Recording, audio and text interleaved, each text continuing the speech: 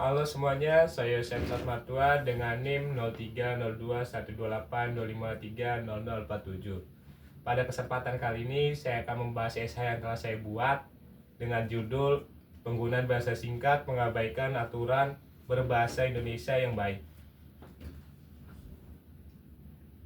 Seperti yang kita ketahui, bangsa Indonesia memiliki bahasa nasional, yaitu bahasa Indonesia,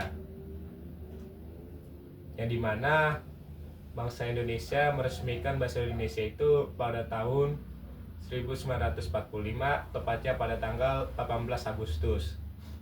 Nah, dengan keberagaman bangsa Indonesia ini yang memiliki beragam macam budaya, suku, dan juga bahasa, maka bangsa Indonesia membuat bahasa Indonesia ini menjadi bahasa persatuan, yang dimana sesuai dengan ikrar ketiga dari Sumpah Pemuda yang pada tanggal 28 Oktober 1928. Bahasa persatuan ini digunakan di dalam kehidupan sehari-hari dalam berinteraksi dan komunikasi, yang dimana hal tersebut memudahkan kita untuk berinteraksi dengan masyarakat yang heterogen, tidak hanya pada masyarakat sekitar saja, tidak hanya pada masyarakat suatu daerah saja. Nah, dengan hal tersebut dapat menghilangkan hal-hal yang bisa menjadi pemecah belah, seperti kekeliruan atau lain-lainnya. Nah, pada tahun 20-an itu penggunaan bahasa utama mulai bergeser ke ejaan Suwandi hingga ejaan yang disempurnakan, yang dimana penggunaan bahasa ini bersifat formal dan masih bersifat sesuai dengan kaidah kebahasaan Indonesia yang sesuai dengan aturannya. Nah, namun seiring berjalannya waktu muncullah berbagai macam bahasa seperti bahasa gaul dan bahasa singkat. Nah, saya akan memfokuskan pada penggunaan bahasa singkat di kalangan Gen Z pada saat ini. Nah, penggunaan bahasa singkat itu sudah marak digunakan di kalangan Gen Z, sudah menjadi fenomena yang besar lah intinya. Yang dimana bahasa singkat itu merupakan kata yang dimana elemen-elemen hurufnya itu dihilangkan, seperti terima kasih menjadi TKS, dan juga terdapat dua kata yang menjadi gabungan gitu, seperti gabut atau gaji buta gitu. Nah, dengan penggunaan bahasa singkat ini bukanlah suatu hal yang fenomena menimbulkan dampak yang positif, melainkan sebaliknya menimbulkan dampak negatif. Karena dengan penggunaan bahasa yang singkat ini membuat kita menjadi sulit dalam penggunaan bahasa Indonesia yang baik dan benar, yang dimana penggunaan bahasa singkat ini sudah marak dikarenakan itu penggunaan platform-platform media sosial, yang dimana jika seseorang menyebarluaskan suatu penggunaan bahasa, itu akan mudah disebarluaskan intinya. Jadi penggunaan platform-platform media sosial ini sangat berpengaruh besar. Dengan begitu kita mendapatkan dampak negatif dari penggunaan bahasa singkat tersebut. Seperti yang tadi saya bilang, jika kita ada suatu tugas atau dihadapkan terhadap penggunaan bahasa Indonesia yang baik dan benar, maka kita akan sulit untuk melakukannya, atau kita akan sulit menerapkannya di dalam hal tersebut.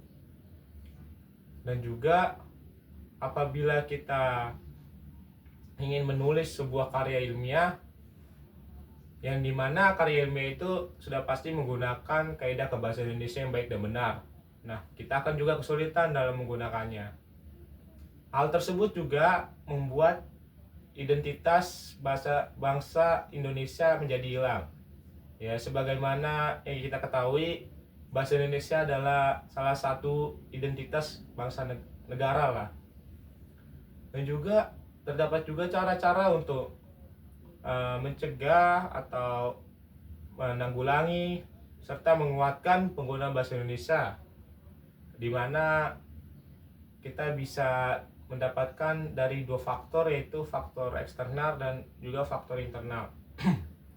Dari faktor internal dulu, di mana itu dari diri kita sendiri, gimana caranya kita untuk bisa memotivasi diri kita sendiri bisa menggunakan bahasa Indonesia yang baik dan benar, seperti membaca atau menulis sebuah bacaan atau tulisan yang menggunakan kaidah kebahasaan Indonesia yang benar, seperti karya ilmiah, artikel atau jurnal-jurnal atau seperti essay inilah. Dan juga kita bisa berlatih menggunakan bahasa baku yang baik dan benar, yang formal di lingkup yang sebenarnya, atau ya seperti di lingkup akademik lah itu.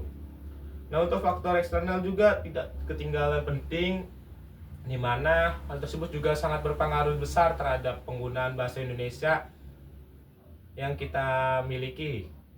Kualitasnya bagaimana, itu juga dipengaruhi oleh faktor eksternal, seperti penggunaan bahasa di suatu keluarga akan mempengaruhi juga apa yang digunakan oleh keluarga tersebut, bahasa yang digunakan oleh keluarga tersebut. Nah, di lain sisi juga faktor eksternal itu berupa tekanan. Seperti yang saya bilang tadi awalnya, yang dimana jika kita dihadapkan oleh suatu tugas atau membuat sebuah karya ilmiah atau yang intinya berhubungan dengan kaidah kebahasaan Indonesia, kita menjadi bisa menggunakan kaidah kebahasaan Indonesia, bagaimana strukturnya dan juga bagaimana sifat bakunya. Dengan hal tersebut setidaknya bisa menambah wawasan dalam menggunakan bahasa Indonesia yang baik dan benar. Jadi saya dapat simpulkan bahwa kita harus menggunakan sebagaimana penggunaan bahasa Indonesia yang baik dan benar.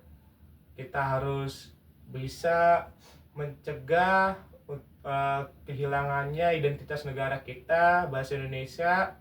Kita harus melestarikan penggunaan bahasa Indonesia, dan kita harus melatih penggunaan bahasa Indonesia untuk kebaikan bangsa Indonesia sendiri. Itu saja yang dapat saya sampaikan. Sekian, terima kasih.